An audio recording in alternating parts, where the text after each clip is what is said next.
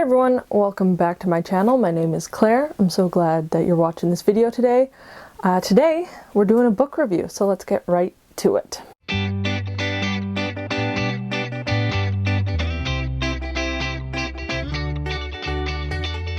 So today I'm talking about The Bone Shard Daughter, which is the first in the Drowning Empire series by Andrea Stewart.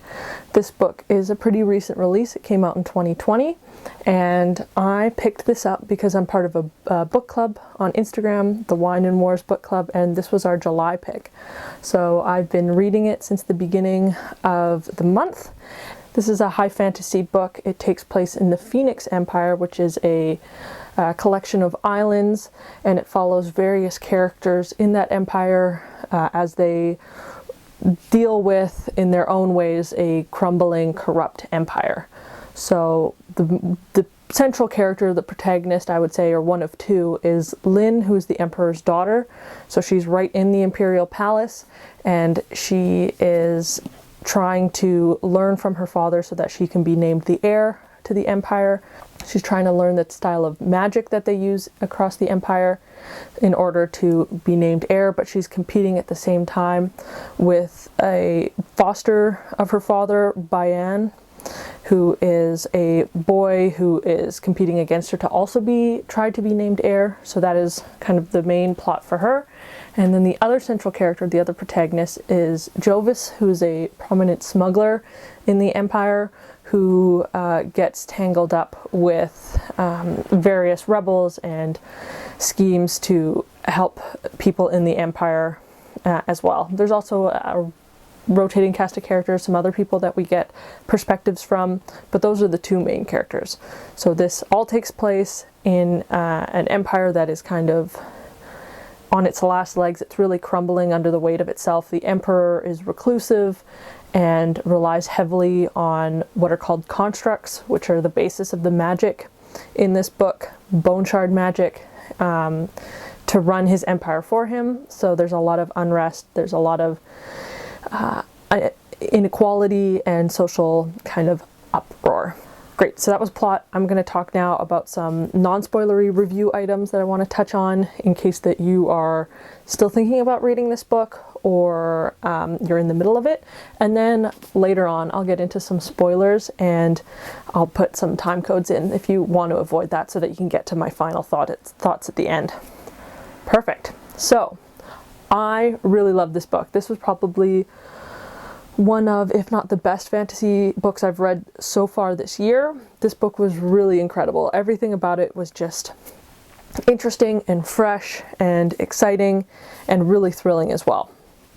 The world itself, the Phoenix Empire, these islands, is really well developed. It's really well kind of explained, and the way that the whole world works is so harmonious with the kind of things that are going on biologically.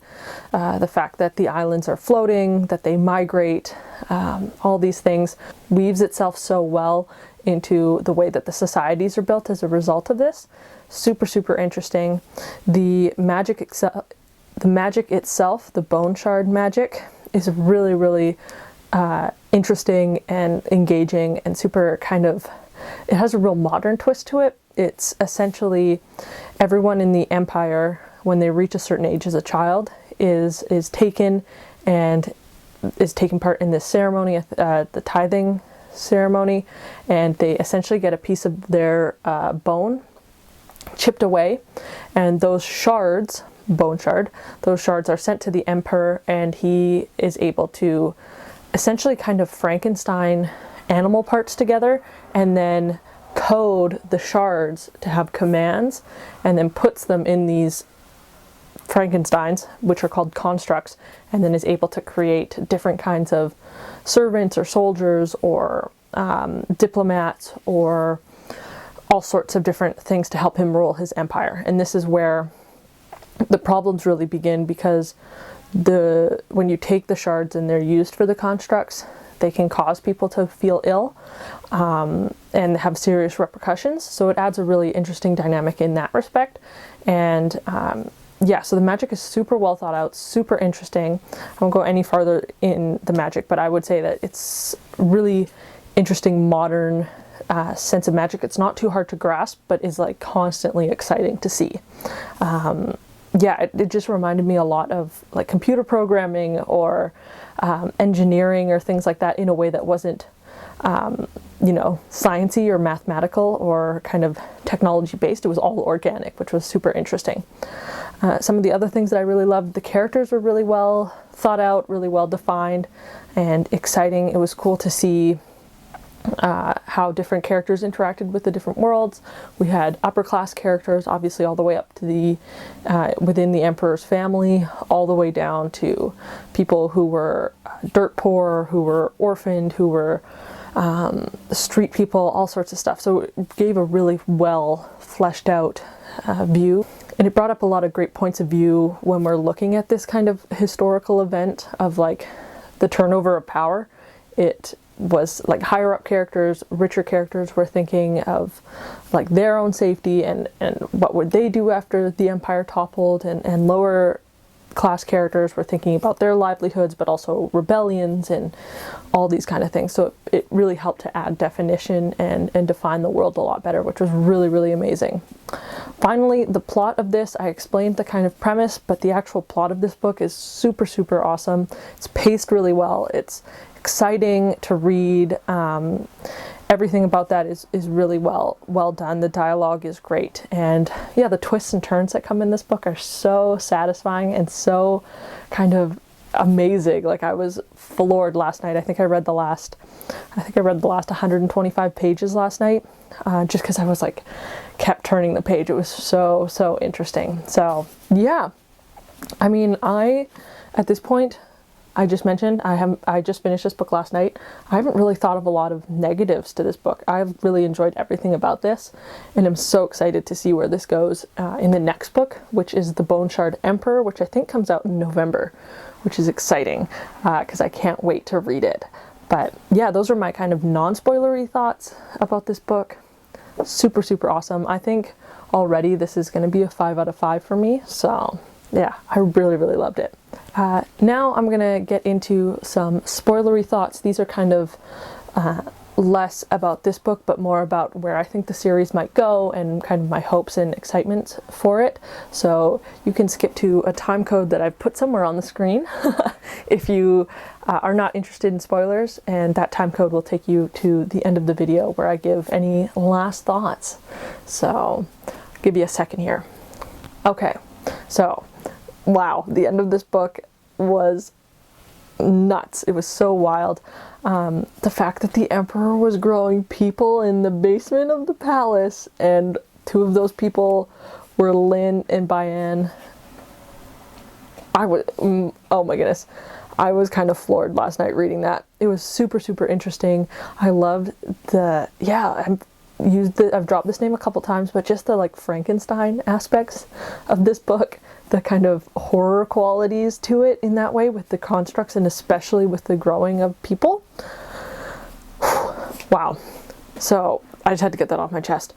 What I'm hoping for in the next book, I'm super excited to see how they bring in the people who were on the far island, you know, Sand and Leaf and Coral, who obviously one of them turns out to be Lynn's mother, or what she thinks is her mother. Obviously Lynn was kind of grown in a way to be a vision of her mother, so also creepy, but I'm excited to see how they work into the story, because we've started to see how the stories overlap. I'm excited to see how they are brought into it. I'm really excited to see what's going to happen with the constructs now that the Emperor has died, especially because I think they mentioned it a couple times towards the end that they're going to start to run rampant, and that there's going to be some real consequences to killing essentially the owner, the creator of so many constructs.